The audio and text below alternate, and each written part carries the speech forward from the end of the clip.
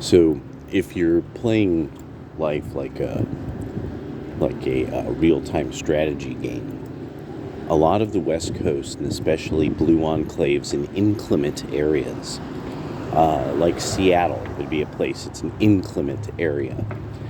Um, Multnomah County, relatively inclement. It's not a terrible place to live in the winter, but its moisture makes it in particularly one of these places that's kind of known for, tremendous amounts of rain that really causes one's morale to drop in the winter and fall, or through the fall and into the winter. There we are. So this is also, there's a certain difficulty on road repair and such like.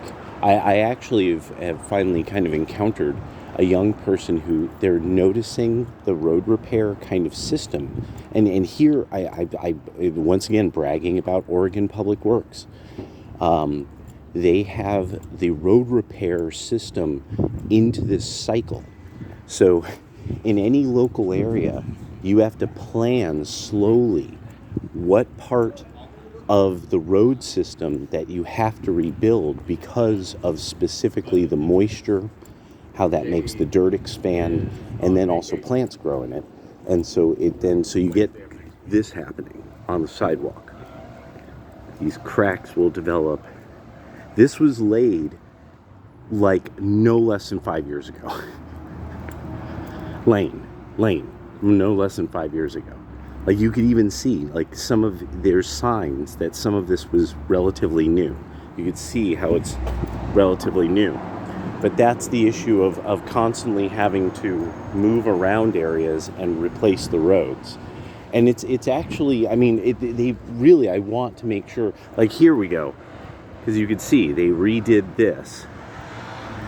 And you could even see kind of the style, like, there we go. And there's these very fine ways that they've actually caused there to be, so that the water will flow a certain way. And this takes a lot of expertise. It takes a lot of time.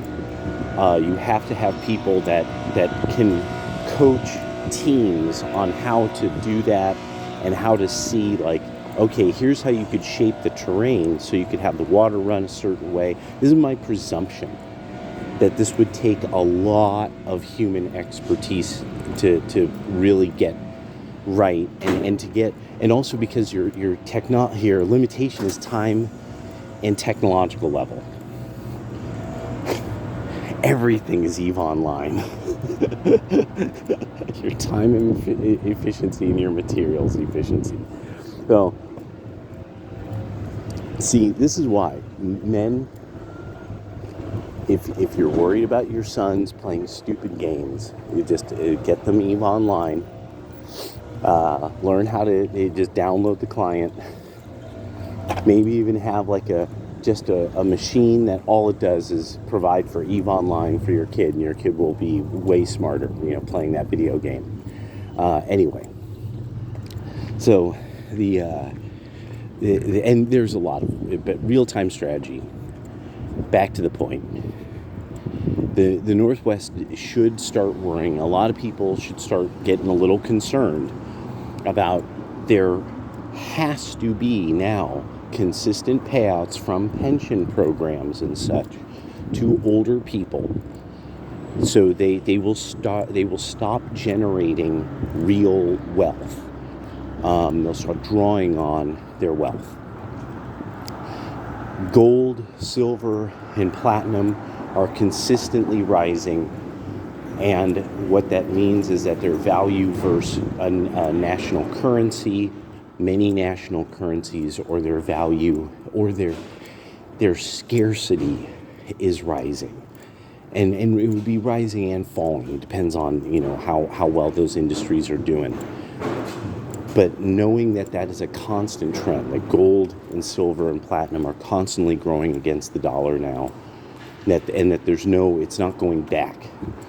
with gold making huge leaps in only 2 years.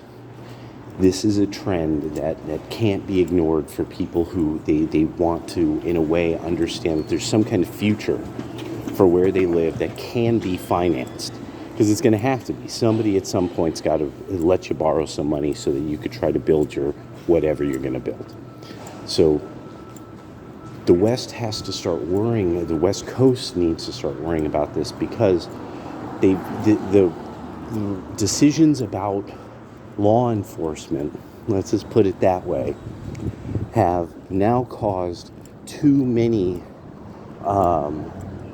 talented people and too many financial institutions, or too many insurance companies who could then, that there would be insurance on, the assets of what you invest in with other people's finances.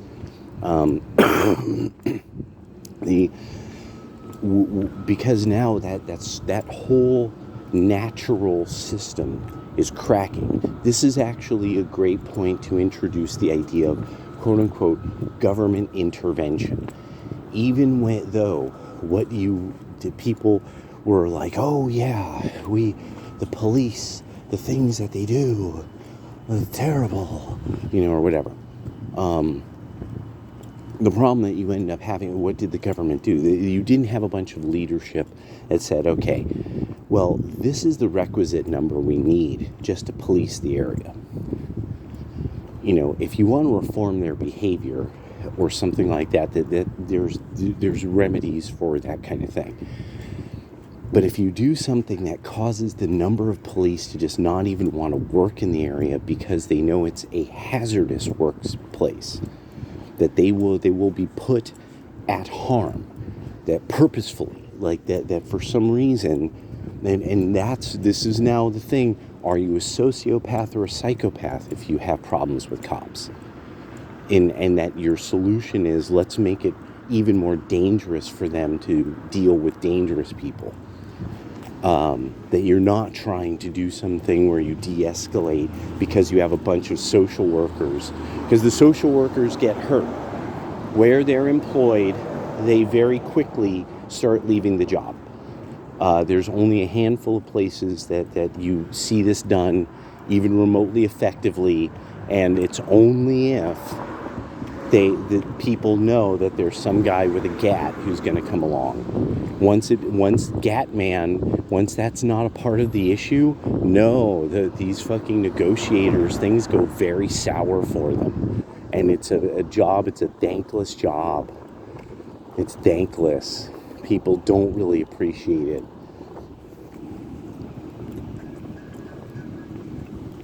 Why? Because it's not effective. Crazy, harmful men do understand Gat Man. And it's because this is not some high level of political theory. They're not like thinking about like, well, you see, my psychopathy and my, I actually am paranoid, and I just think that everybody is after me, and if everybody were just smiling and happy and waved to me like I'm a nice person, no, that's not what's going to happen. No, these are people who are whacked out and like intimidating and coercing and hurting people and being deceitful and things like that. So you need Gat Man, because Gat Man has the Gat plan and he could solve that.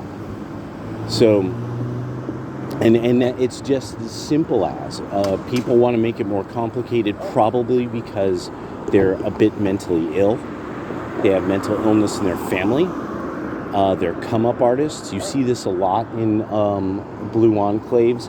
People who, even with high intelligence, they're still come-up artists. They're shufflers, leaners. They want to cheat people out of their money because they think they're too good for. You see this among the young a lot until it fails them.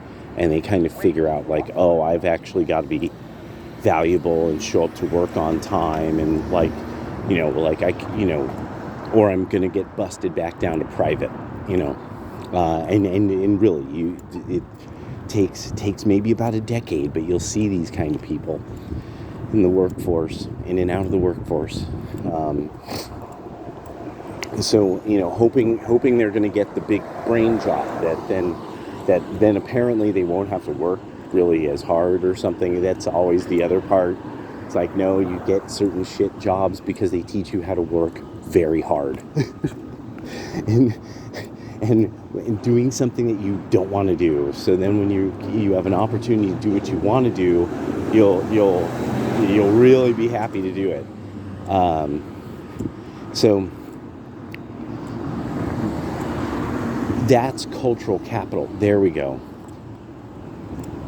What does the Pacific Northwest do? And this is a very important question. You should even pause it if you don't agree with me, if you're kind of like, I'm a Democrat and I know that you can't be right because you aren't one. That you should really go over this idea of what does the Northwest make? What does it do? What does everybody know? They all buy this from the Northwest. And it's important to think about this because you could think about varieties of products that you would associate with certain parts of the world, with certain parts of the country, things like that. That's the way naturally the economy is supposed to work. That you would have, the Northwest should be known for honey because we have so many hives. We should be known for wood products because there's so much timber. We should be known for, and so there's things, and now some of this, the Northwest is known for, that it has timber, that like forest products, things like that. Forest products aren't unique, but I mean, the Northwest is known for forest products.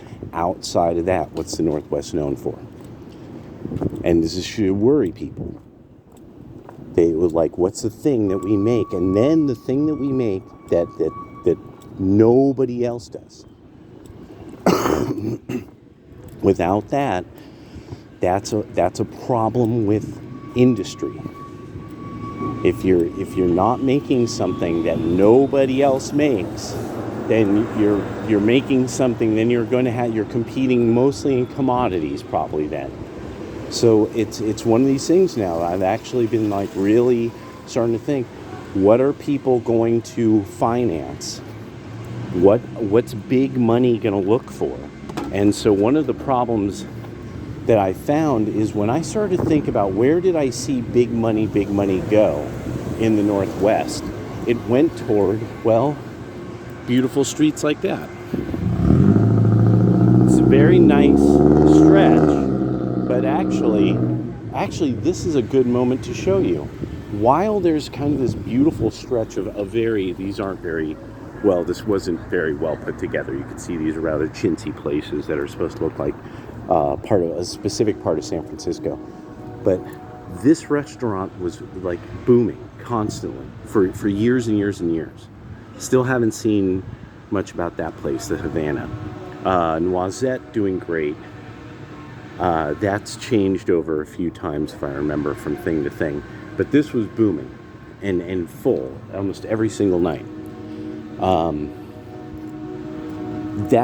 So places just closing down and that nobody can really figure out what to move into an area, that because there's not the same kind of foot traffic as there used to be.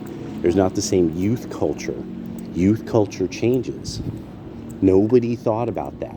Nobody thought that youth culture was going to change. Video games are going to become such a big option for men. This is also one of these places that people unironically talk about toxic masculinity. And women who are not attractive talk about their wild and torrid sex lives and the toxic men and stuff like that. And so it's the youth culture has it's put a real strain on young people. There isn't a good reason for available young men who women should be interested in to do anything in the young part of the culture. This is another thing you're seeing more and more up here. Art pieces. They still need to rent this out. This is a real big space. They still need to rent this out. So they're putting art pieces in front, and mostly so that there's something in there. It's kind of beautiful. This is very well planned out. This is actually a well planned stretch. Got the bike path. Everything is here. The whole structure is here, and it's perfect. It's just that the key problem is that it's full of Democrats, and so there's an aspect of the culture that's fundamentally just like, I mean, but it's going to take time. It's just it's like Hollywood and television right now. It's a part of the culture that a lot of people just don't want to have much to do with, and